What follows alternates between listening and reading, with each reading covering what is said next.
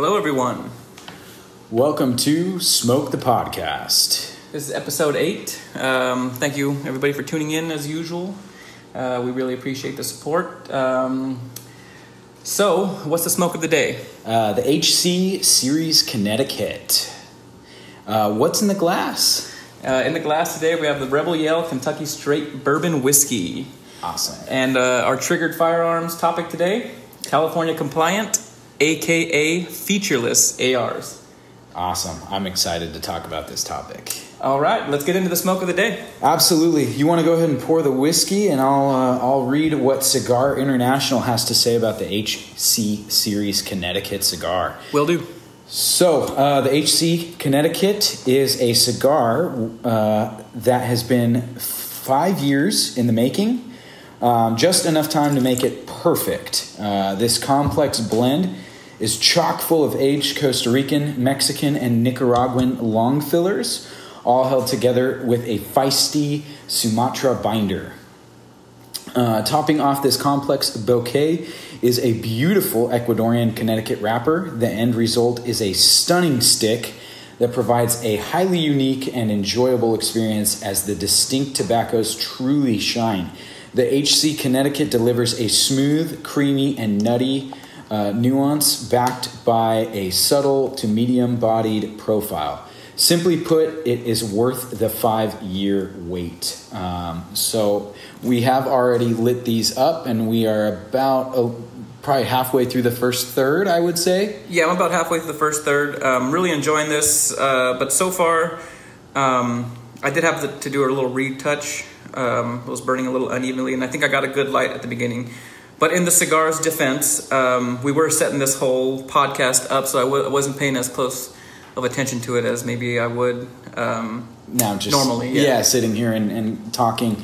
And mine as well, although my burn has stayed pretty true. I noticed mine ashed quickly.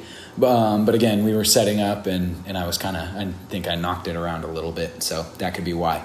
Here's some unique facts just really quickly about this particular cigar. The HC Series Connecticut that we're smoking today is actually a Robusto in size, which is pretty common for us. That's typically the size that we prefer, which means it's about 5 inches long and a 50 size ring gauge. And so a little on the thicker side, but just a standard Robusto. So far for me, as far as the flavor goes, I can definitely say it is a little more towards the medium side without quite being a medium cigar. Definitely tasting the nuttiness that they talk about in there as well. But it is somewhat smooth.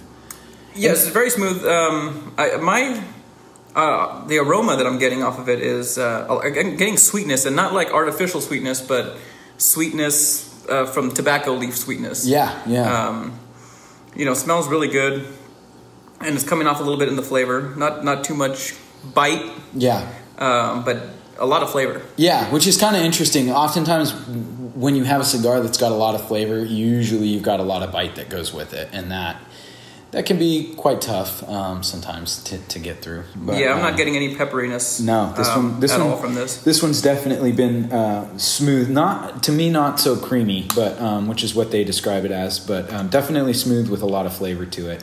Another unique fact is it's made by Sycar, which I know we've talked about their products before. They make some awesome cutters, lighters.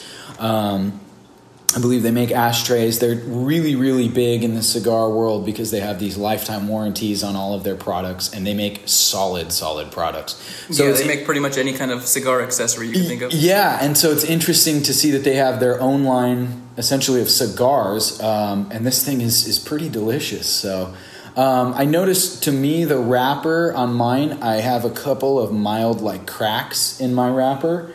And this has been sitting in a humidor, so I know it didn't have to do. I think if I remember right, I received them and noticed them upon getting them out of the box. So they go for about $80 on Cigar International for a box of 20, which brings them out to about $4 per cigar. At a cigar shop, though, you'll pay about $10 per cigar with an MSRP of $145 for a box of 20. So and I cut mine with a perfect cutter style cutter. If you don't know what that is, it's the cutter that has a little stop. So you just put your cigar in there to the end where it stops and you clip it. Right. So it cuts it about the same every time. And it's got a great draw. Yeah, excellent draw. The cap is holding up really well too. Yes. Like I said, I noticed a couple of slight cracks or chips in the wrapper, which I mean isn't uncommon if you're having cigars shipped to you. Yes, I don't see any on my wrapper though. Okay. But yeah, I can see yours. I mean, okay.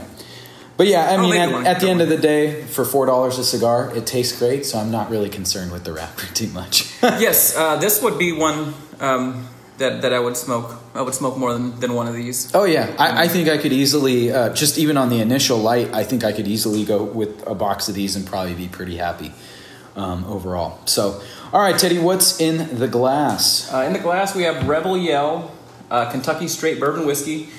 So these are the tasting notes by the chaps at Master of Malt. Okay.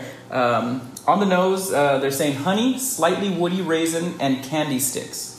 On the palate, nectarine and hints of prune. It also says sultanas, which I don't know what that is. Okay. But I'm assuming these guys, the chaps at Master of Malt, are maybe European. Yeah, possibly. Or they just know more than we do. And it says vanilla throughout. Okay. Finish, warming pressed apple. Okay. And overall, they said still enjoyable in the midnight hour. Oh, that's punny. A little play on the Rebel Yell. Oh, if man. you're familiar with the song. So let's give it a taste. Billy Idol would be proud. Cheers. Cheers. Oh.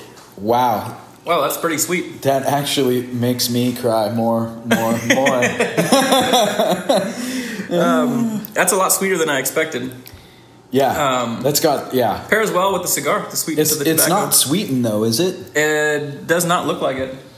No, it's not like a liqueur or anything like that. Honestly, I would consider this like more similar to almost like a Southern Comfort or something without, I mean, I know it's not, it's not flavored or anything. So yeah, this is very sweet for a bourbon whiskey that I've ever had. Wow. But some unique facts. It's 40% alcohol by volume, making it 80 proof. Approximately $20. That's what I've seen it for pretty much online everywhere. $20 for the 750 milliliter. Okay. And this particular recipe has been around since 1849. Oh, wow. Which is pretty common for bourbons. They've kind of... They're pretty old recipes, a lot of them. But yeah, this is very, very sweet. I wonder if that's how it got the Rebel Yell name. I mean, 1849 was prior to the Civil War, so could be. I wonder if that had anything to do with the name. But I mean, smelling it, you can smell the honey, and actually, it says the finish is warming pressed apple, but I smell a lot of apple in it. Yeah. I'm not getting the pressed apple after flavor so much as I feel like I'm getting almost like a sugary, sweet kind of finish to it. I can definitely taste the vanilla, and then I wonder if by candy sticks they mean like those like kind of like they're like peppermint sticks, but they have different flavors. Like grape and apple and cherry or whatever. I'm tasting. I get kind of where they're coming from with that because it does. It's kind of sugary, kind of got a fruity almost flavor to it. Like dried fruit. Yeah, something like that. But definitely the sugary sweet flavor as well. And it's surprising that it is 40% because honestly, it tastes more like we said, a liqueur at like 30% or something like. You know what I mean? Like a Southern Comfort or something to that effect. I mean, it's good though. I could definitely drink this. I think it would be really good mixed with like a cola or and especially a sweet tea. With the price point, you don't feel bad for making you don't feel bad at all. I would suggest this for maybe someone that doesn't drink a lot of bourbon, trying to get into it. This would be maybe one that they can try straight on the rocks. Well, we always talk about Gentleman Jack as being like the great introductory, like for sipping, introductory sipping whiskey. That one, it's bold, but it like as far as the alcohol kind of flavor to it, to me this one does not have a bite. It's really sweet, so this is almost in my opinion even probably easier than like a a Gentleman Jack, but yeah, I would agree with that. Overall, I kind of enjoy it. It is a tad sweeter than I probably would prefer for a sipping whiskey. But yeah. All right, well, let's get into the triggered firearms part of this. So today's topic's the California compliant or featureless ARs. For those of you that don't live in California, you're lucky. Yeah. Or I believe there's a few other states that do featureless, like New York. Yes, New York. Is Massachusetts one of? Honestly, I have no idea other than New York. I know there's a lot of states that are pushing bills right now for featureless ARs, or at least maybe not the same featureless that we have in California, but to remove some of the features. Mm-hmm. So I know that this is going to be a topic that's going to be nationwide here pretty soon, unfortunately. So. But yeah, so pretty much with Bill SB 880 is assault weapon classification, and that's where these laws come from. And that was, in my opinion, and this is all our opinions. And you know, if you're planning on building one, you do your own research and make sure you find out for yourself what's legal. Don't go by our word. But you know, in my opinion, this bill was aimed directly at two rifles, which would be the AR-15 and the AK-47. Even though, you know, they can't really say that those specifically, or, you know, I don't know if they can or not, but I think that's pretty much what they were aimed at. So primarily, although I will say this, the assault weapon classification, so that the SB 880 also includes things like semi-automatic shotguns with like box-fed magazines and things like that. So yes, I would say like 90%, 80 to 90% is AR variants and AK variants. It'll also include some of the other variants like FALs and SCARs and things like that. They're not as popular. No, and they're not. They're really not for the price point. To you know, that's like putting training wheels on a Cadillac. Yeah. So there's like no reason to do it. But yeah, it does actually talk about a few other options. But yeah. Theodore's right that it's, you know, it really, really just targets the AR variants and the AK variants. And for those of you that don't know, just a little background, AR does not mean assault rifle. It means Armalite rifle, which was the company that originally developed this weapon system, essentially. And so what they're actually talking about is this specific Armalite weapon system, and that's the what we're mostly going to be talking about today. Yeah, so what this bill pretty much says is it names the evil features that, quote-unquote, evil features that are no longer legal in California. For any, basically, these evil features, when on any gun, really, that is a semi-automatic center-fire rifle, when they're on when any of these features are found on those firearms or those weapon systems, they immediately turn it into an assault weapon. Yes. And so that's what these evil features are that we're going to talk about. So the evil features are a pistol grip, a vertical pistol grip, telescoping or folding stock, flash hider or suppressor, a vertical pistol foregrip. Yep. And then, you know, your other stuff like grenade, flare launcher, underbarrel chainsaw. Yeah. I think underbarrel shotguns, some of the guys call them like the master keys or things like that, also are included in this. But that's not really anything that we have here anyways. So yeah, and prior to the SB 880, one of the workarounds was bullet button. And pretty much what the bullet button did was it made your magazine quote unquote fixed. So you had to have a tool to remove your magazine. Or the tip of a bullet. Yeah, or the tip of a bullet. So, in other words, you couldn't just use your magazine release on your AR with your finger. You had to use something to release your magazine. That is no longer an acceptable workaround. Yep. And I believe as of 2017, if you owned one, your weapon would have to be registered as an assault weapon if left with that configuration. Right. And considering we're past the registration period, we're not even going to touch on registered assault rifles whatsoever. Yeah, I don't recommend registering your assault rifle. Absolutely. And neither do I. So as long as we're in agreement on that, let's talk about the first acceptable workaround, or the first acceptable version of an AR-15 or AR-10 rifle in California, and that is the featureless, which is essentially our main topic today. Yeah.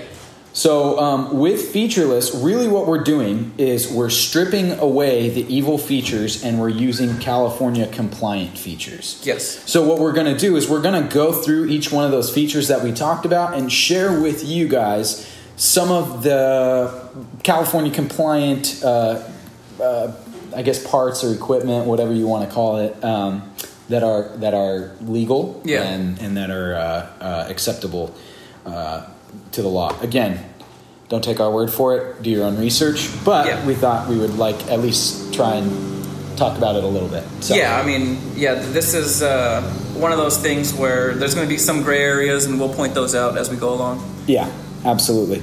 So let's get started on the types of grips. Now, this is to replace the vertical pistol grip that sits on the lower receiver of the AR or the AK. Okay, yeah. So one of the grips, basically, they don't want you to be able to put your thumb around the grip. So a lot of companies are just using a Kydex fin. Yeah. So you pretty much just fit your grip with a fin that extends out, so you can't put your thumb around it. Yeah. Basically preventing. I'm not a big fan. Because it prevents you from hitting your selector, your safety selector, fire selector. But the pros of this one, in my opinion, is it fits over your existing grip. Yeah. And it's just like one screw. You can have one screw and it's removed in case you ever need to use it for a different application. Yeah, absolutely. Well, the one great thing about it too is if you are going to go out of state, you do any shooting competitions out of state or anything like that, it's really quick and easy to pull the Kydex fin off. Like you said, it's one screw, and now you're ready to go. You got your standard pistol grip in there. And some guys prefer to have that, and just to stay California compliant, they keep that fin on there, and then they will drive far enough to be out of state and go shoot in other places, things like that. It's also good for guys who are going to be coming into California and participating in any kind of shooting sports or anything like that as well. The next one is the permanent fin, which essentially is the exact same thing as the Kydex fin, except that the pistol grip has this big old shark fin that comes out of the back of it. Yeah, and not removable. Not removable at all. It's super inconvenient to use, and with that, typically you're going to have to update your safety or your fire selector to be on whatever side your thumb is going to rest. So if you're right-handed, you're going to actually have to buy an additional or ambidextrous. Yeah, I think most people go with the ambidextrous. Yeah, just because it's on both sides. Yeah, and that's a little bit easier. Yeah, but I mean, again, that's the fins alone are the permanent fins alone are an added cost. Plus, now you got to buy a ambidextrous safety, and before you know it, the costs start adding up to convert everything. So my favorite type of grip is the Ledesma style grip. The Ledesma arms, they make this awesome angled pistol grip that is almost horizontal rather than vertical out of the back, and it's perfect because this thing it feels like a pistol grip, but it keeps your thumb and the web of your basically the web between your thumb and index finger up above the trigger where it's supposed to be, and it meets DOJ standards. Yeah, and it's almost like it feels similar to holding a shotgun or anything. Like a rifle stock. Yeah, like a regular rifle stock, or almost like a Mini 14 style. Kind of that. Yeah, where you can kind of rest almost up above the trigger, and you're reaching down rather than up for the trigger. And the other cool thing about this Ledesma grip is that it is notched. So if you do go out of state, you can actually angle it to be a normal, like standard pistol grip. Yeah, you would just have to loosen the screw a little bit. Yep, and then just boom, and you're ready to go, which is super cool. It's got the storage underneath to put oil or whatever it is that you want to keep within the grip as well. Personally, that is the feature that I put on my AR-15 as far as grip goes, and I love it. Yeah, it's the best compromise. And it's ergonomic without being like, there's some of these like stock grip combos, which we'll get into, that are super like weird looking. I mean, they're ergonomic, they work well, but this still makes it gives the AR-15 the same look and feel of an AR-15. So yeah. And anything else on grips? No, I mean that's pretty much your main ones. Right. So obviously with the grip, whatever grip you choose, you also want to be mindful of the stock that you put on the AR as well, because that's all going to go hand in hand. So let's talk about some of the featureless stocks in California. Well, if you're running a rifle length AR, the A2 style is classic. Classic. Yeah, I love that A2 style. It's pretty cool looking. Yeah, I mean, they're really cool looking. You know, they're your classic, Vietnam looking M16 style. Yeah, and those are cool. Those are definitely great. If on top of that too, again, if you're doing that, they also makes I think the MOE Magpul makes a fixed rifle stock that's similar to it, but a little more lightweight and compact. But it still fits on the rifle style, like buffer and spring tube and everything. Yeah, and I believe Magpul also makes a carbine style. Yes. For the carbine length, yeah. That's a fixed stock also. Right. There's actually quite a few companies that make fixed rifle and carbine style stocks. And they're all pretty similar. And essentially they all do the same thing. They're all just a fixed length. You throw it on there and you're good to go. What I personally did on mine was I went with an adjustable stock just simply because I'm a little bit shorter in build. And so I wanted something shorter than your average stock. So I went with what would you call that? Essentially an adjustable carbine stock. Yeah, just your standard, which is standard on most ARs. Yeah, and they make AR them in all different styles. You've got the standard M4 style stock. I went with the Magpul MOE, and again, it's adjustable. But what you do is you purchase a stock lock for it, and essentially what that is you pull the pin that allows the adjustable lever to basically operate, and you figure out where you want it on your buffer tube. You stick the pin in there, and it's fixed, so it can't move. And then you basically push your roll pin back in, and now it's a fixed stock. Yeah. So essentially, it just prevents your stock, the little handle that you squeeze to adjust it. It prevents that from working. It renders it useless. But what's cool is, again, you have that. For, again, someone like myself who wants it a little bit shorter, a little bit more compact, I was able to get a smaller stock for myself, which is perfect. So yeah, the only thing with the pinned stocks is when you want to install them, they're not quite that simple. Because there's a roll pin you got to take out. And, it took us a while. It's not one of those things that's you're going to be able to swap out in and out really, really easily. Right. And again, if you're one of those guys where you just know what you want, it's a perfect solution. But yeah, if you're considering, well, maybe I want to try this or that, it's definitely a tougher solution for guys that are actually. So the one that we're talking about, it's actually it just immobilizes your adjustment lever. But there are actual ones that don't immobilize the adjustment lever, but they immobilize the entire stock itself. And you got to drill through the stock and pour some resin and put it's a whole ordeal. So yeah, that's not something that I would do because I'm not a gunsmith. Right. Yeah, so, I'd be afraid to punch through something or I don't know. Yeah, I try not to make those types of permanent adjustments. Right. Right. But I mean, if you are and you're handy with that kind of stuff, then go for it. Yeah, absolutely. Yeah. And then kind of since we've been talking about both stocks and grips, we have the stock grip combos. Now, these are typically either the stock and grip are one piece or they're two separate pieces, but they all function as one piece. The most popular one that we've seen in California since the featureless rifle laws came out is the Thordson stock, and that one basically runs.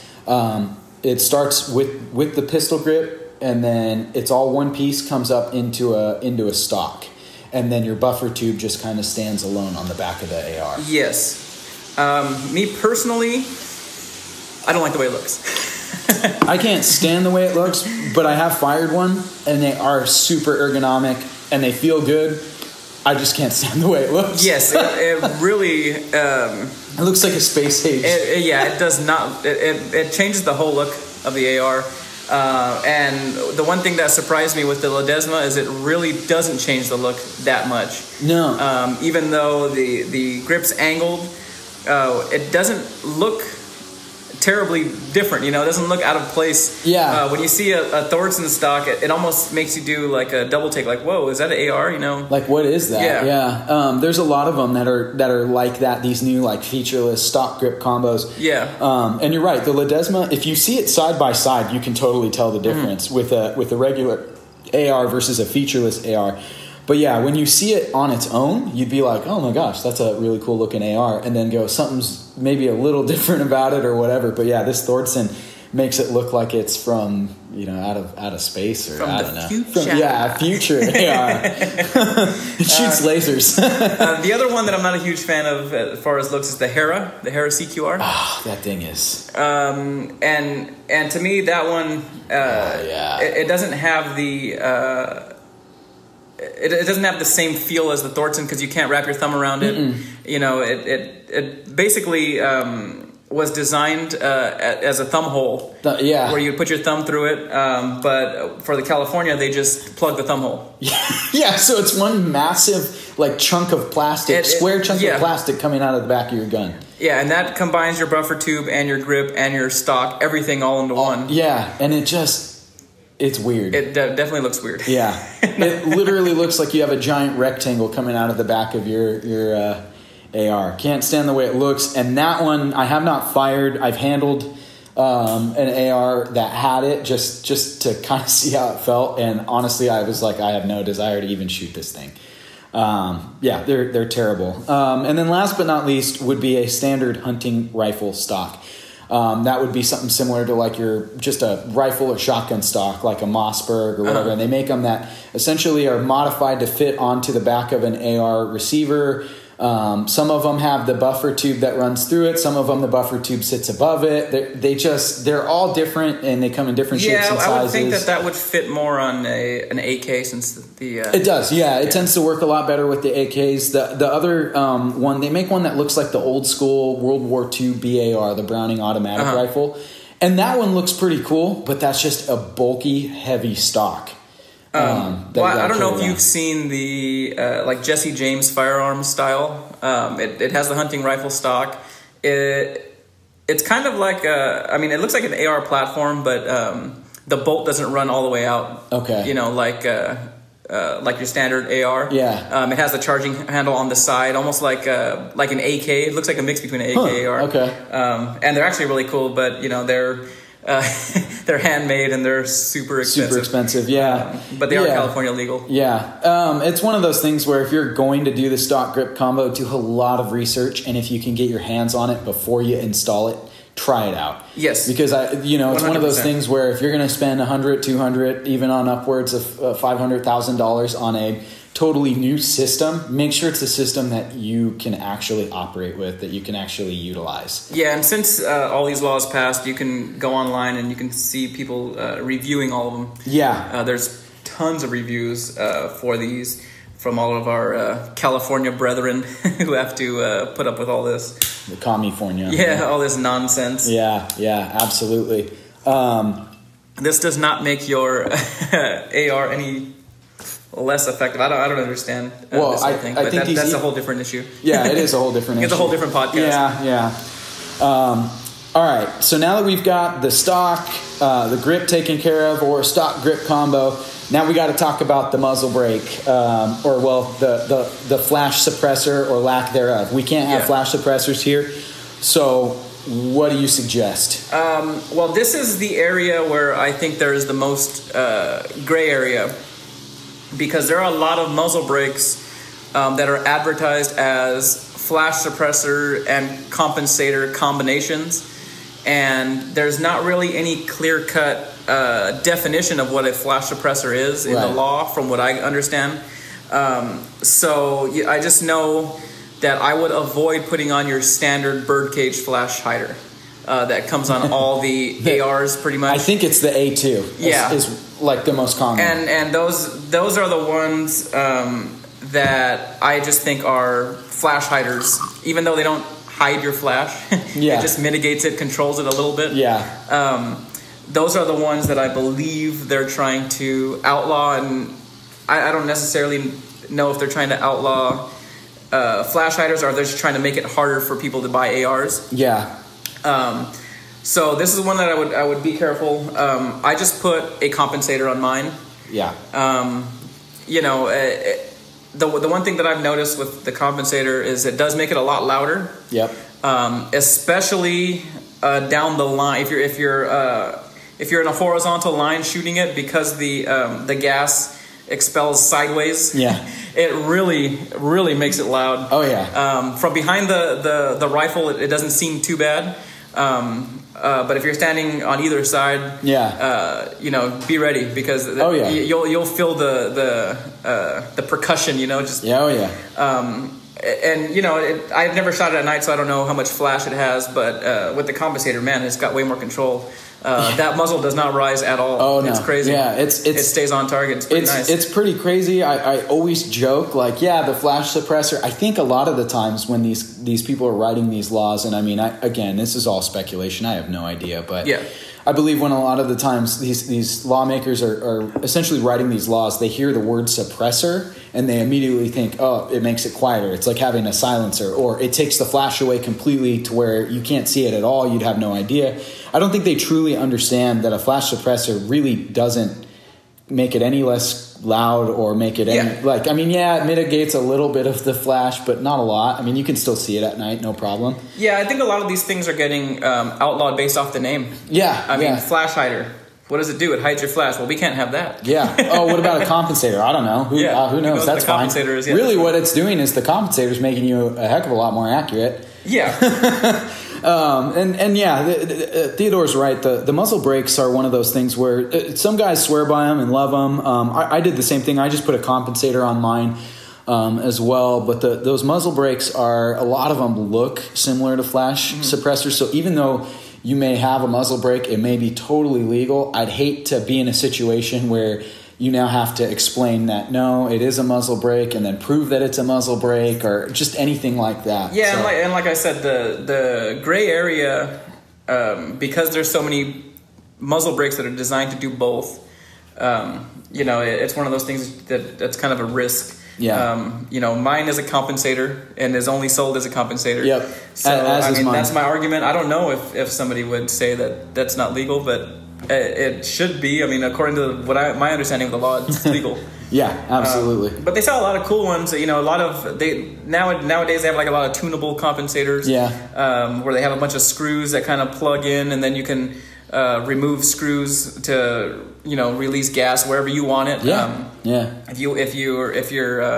If your muzzle's rising up, you can relieve some gas on the top or the sides or however you want to do it. They have a lot of cool ones, and those aren't just California legal. I mean, those aren't just for Californians; those are for everybody. A lot of people all over the United States use those. It's actually quite interesting. Some of these fixes, really, it's kind of cool. I don't know that I would have ever put a compensator on my AR build if I didn't need to. I wanted to put one on. And so for me it was kind of cool, because now I'm going, oh, this is actually pretty neat. I like having the compensator on there. Same thing with the Ledesma grip. I actually prefer it to the standard pistol grip, but that's just me. Now we've got the compensator or the muzzle brake taken care of.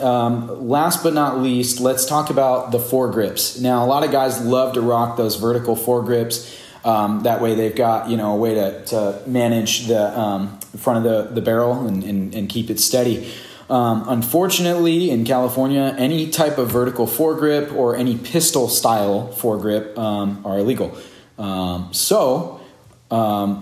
Let's talk about some of the foregrip ideas as far as what you can have as a foregrip on your AR-15. Well, I think most people go with the hands. Well, I shouldn't say most people, but the most popular one that I've seen. Yeah. Is just your hand stop. Yeah, that's what I have on mine. Yeah. The Magpul hand stop. I love it. It's actually pretty cool. Low profile, low weight.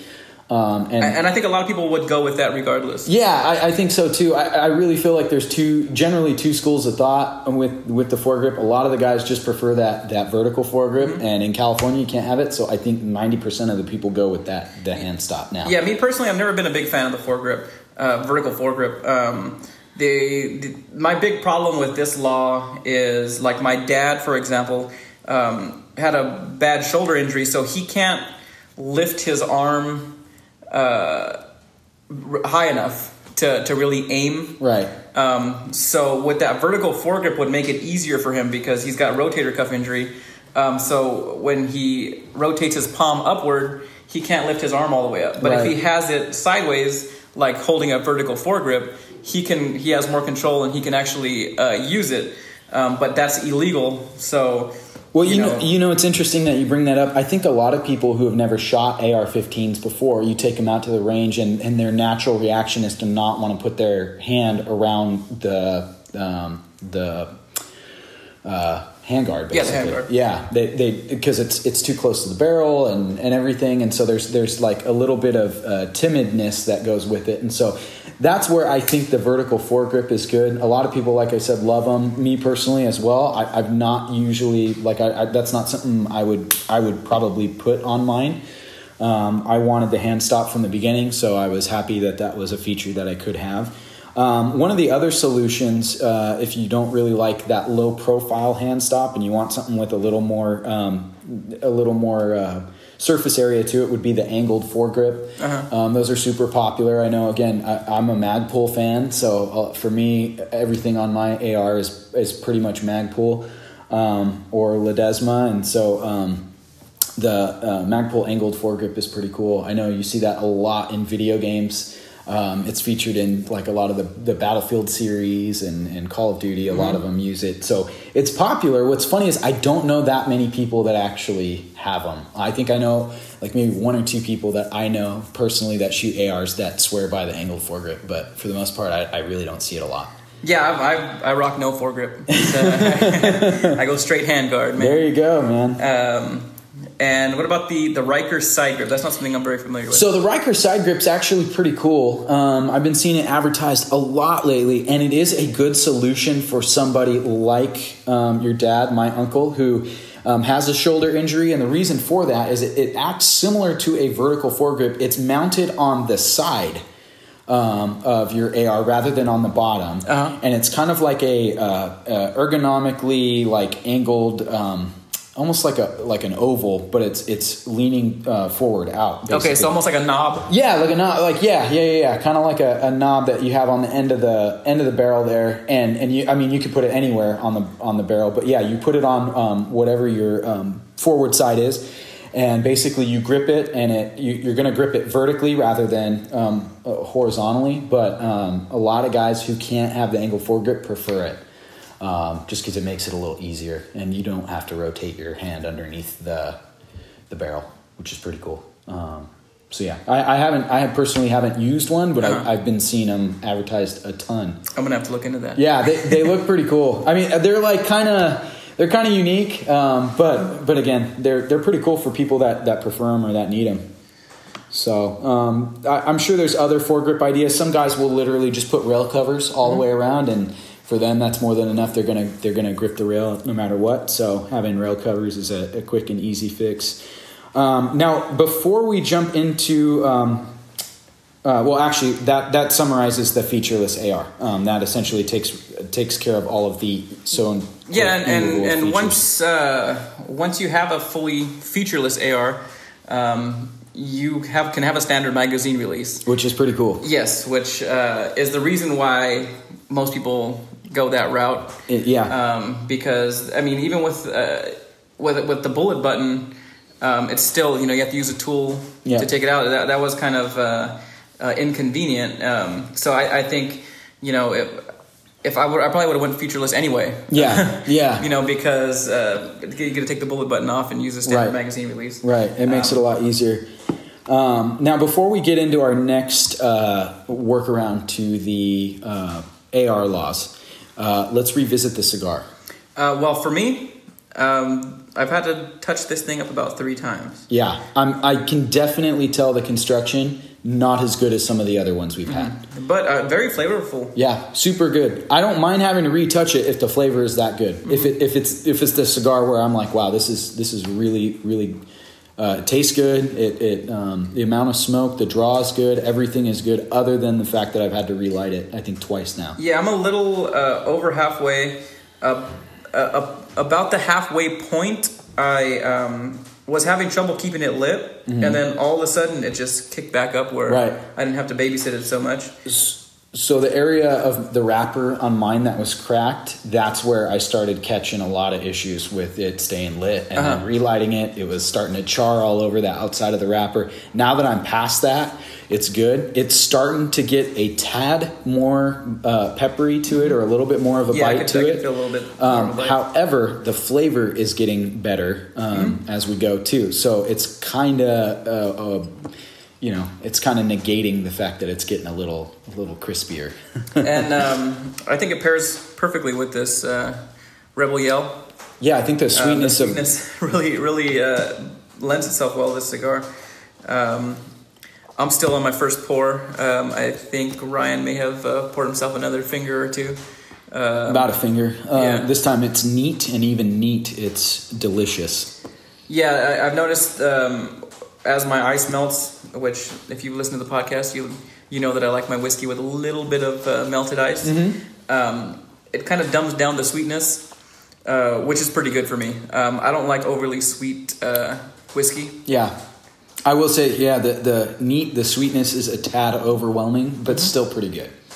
Not bad by any means. All right, back to our last kind of note here on the AR, the featureless AR. Well, this one actually isn't featureless. It is the workaround that we like to call the fixed magazine AR. So this is for all you people that don't want to keep or you want to keep all your evil features. You can have your flash hider, you can have your vertical pistol grip, and you can have your adjustable stock. Yep. As long as your magazine is fixed. So there's a couple ways. There's the AR Maglock style, and AR Maglock is not the only company that makes this.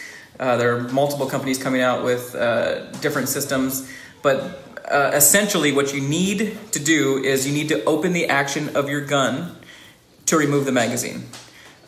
So kind of before this law, it was you needed a tool to release your magazine, so that's why the bullet button was legal. Now you need to actually open up the action. All these systems are a combination of two things. It's going to be your magazine release button will not engage unless your action's open. So a lot of them, they just put a little arm on the magazine release that hits the upper. So when you press the button, your magazine release doesn't go anywhere because it's pushing up against your upper. So if you lift your upper up, a centimeter, then it gives it enough room, and then it no longer makes contact with your upper, the magazine release, and your magazine will release. So the second part of that is your takedown, your rear takedown pin. Mm-hmm. So you have to take the rear takedown pin out, lift your upper, and then hit your magazine release. Then your magazine will drop. Close it, and then lock your pin in again, and then put your magazine in, run your bolt. I think they've come up with a lot of systems that can do this fast, but it's still not as fast as featureless because you just push the button, load your magazine in. The problem is you have to slam your bolt forward forward because your upper won't come up or won't disengage without your bolt forward. Then you obviously have to lift your upper up, hit the magazine release, close it, put your magazine back in, and then you have to charge it again. Because it's not stayed in the lock position like it's designed to do. Right. There's a lot of different companies that are making ways to make it faster. A lot of them are, you just have to barely open it a little bit, and you can, disengaged. Like, they get that, whatever the minimum is, whether it's like a centimeter or a couple millimeters or whatever it is, it does just enough for you to be able to operate, disengage the magazine, and then put your new magazine in. But yeah, I think the problem is no matter how fast it is, there's still more steps to it than having a featureless with a normal magazine release. Yeah, I think that's more of the issue. Like, and if you go that way, there's no easy way to take that off. I mean, if you wanted to go out of state, you're going to have to remove your magazine release and do all that if you wanted to use it like a normal AR. So yeah, essentially you're doing a small rebuild of your lower and upper, or whatever system you have, what features that come with that system all have to be replaced. Yeah. That's the part that I don't like about it. The other thing too is oftentimes to get a system that functions well and is fast, you're going to spend a lot of money. Yes. So to be fair, when building my AR, I think I spent an additional, I know I totaled it up, and it was under $150 to get, instead of getting a standard grip and instead of getting the flash suppressor, and then, like I said, to add the stock lock pin, I think was $10, but to get a California compliant kit, to make everything on my AR California compliant, like I said, I think I spent about $100 to $120 to do that. So imagine that. You're in another state, you have your AR, you now come to California. In order to convert a standard AR-15 from any other state where a standard AR is totally okay, you're going to spend about $100 to $150 to convert it to California compliant in the featureless settings, essentially. Yeah. Not to mention, and this is a topic for another day, but 10-round magazines. So then you'll have to spend, if you want to get 10 magazines, you're going to spend at least $120 to $200, depending on the magazines you prefer, to get all new magazines. So right there, you're already spending an additional $200 to $300 just to make it California compliant, right? With the with the fixed magazine, oftentimes those systems alone are $300 to $400. Yeah, just to build. On the system you're gonna get. Yeah, you can do it for cheap. There are systems that are under $100, but they're pretty clunky. They require a lot more steps to, release the upper from the lower, the takedown pin. It just takes forever to reload on some of them. So, in my opinion, not only is it cheaper, but it's more efficient to have the featureless rifle in California. Yeah, I agree 100%. Now, let me ask you this, because I don't really know a whole lot about the AR fixed magazine systems, but I've been seeing a lot about these non-removable magazines, which is different than the Maglock style release, so to speak. So can you tell me more about how those non-removable magazines work and maybe what the pros and cons are?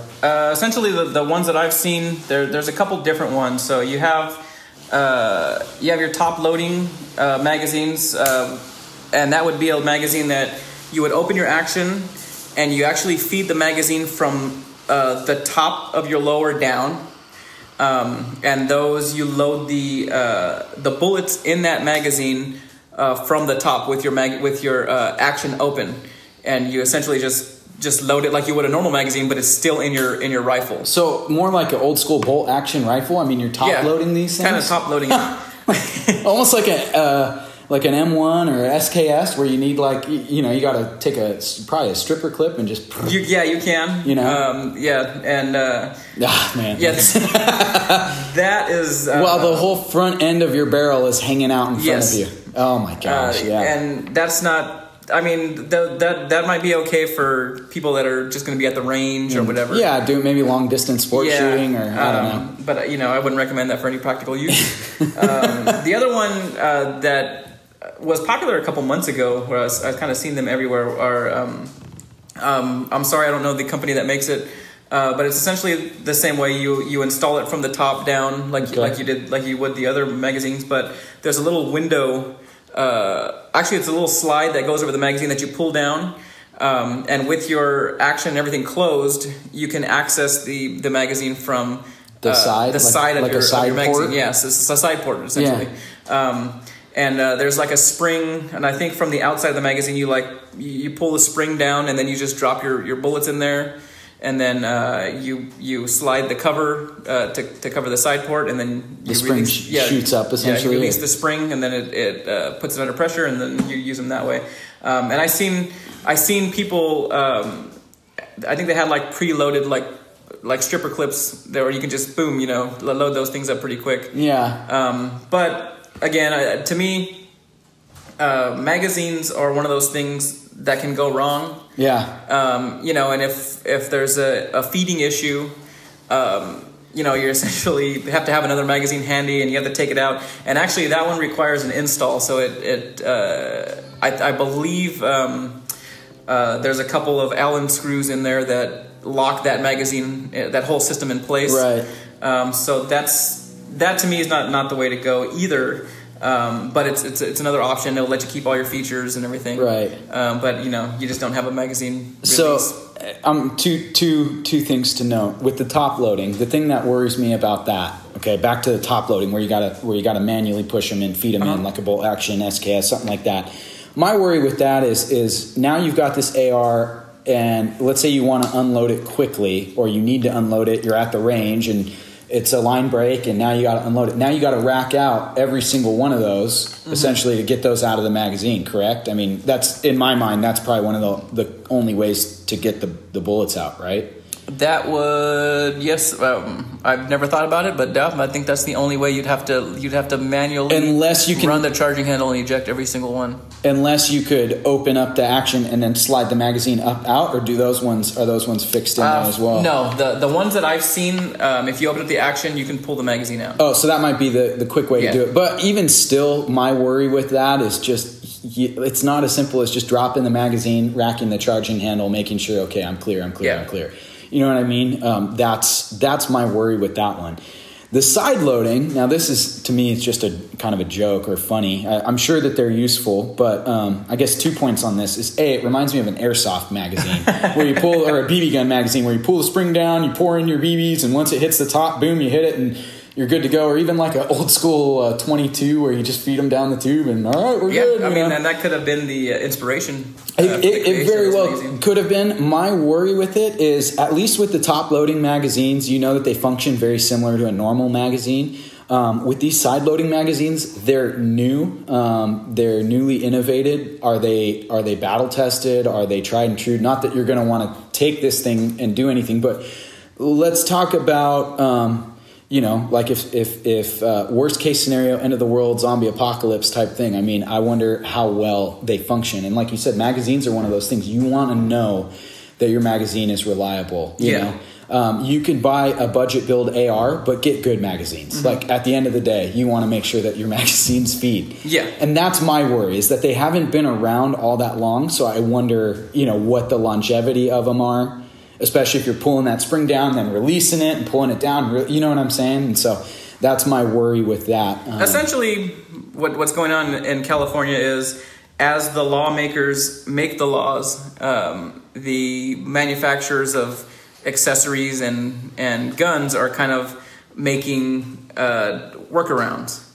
And actually, if you want me to give you an analogy, it's like computer hackers, where computer antivirus companies, they're constantly trying to patch these hackers from getting out or getting into systems, and so it's a battle between, okay, here's now you can't exploit this, and then the hacker goes, oh yeah, let me try a different workaround. Right. And it's really not.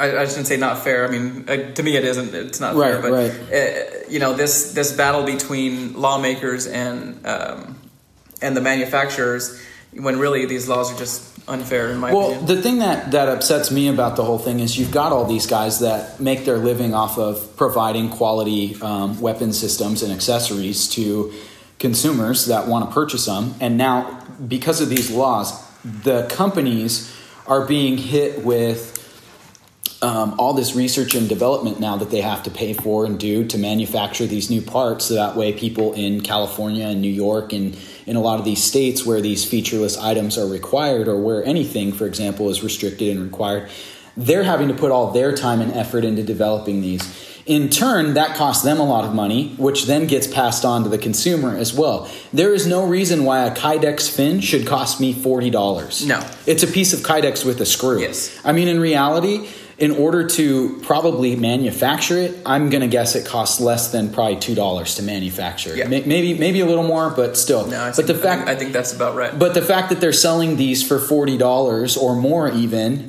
is ridiculous. But it's simply because they're having to spend so much money to figure out, okay, let's test a ton of different ways to cut this Kydex and mold it and manufacture it and shape it. There's 100 different types of pistol grips now that we got to form them around. You got to make sure you buy the right one for your pistol grip, or buy a pistol grip that fits the Kydex fin that we offer.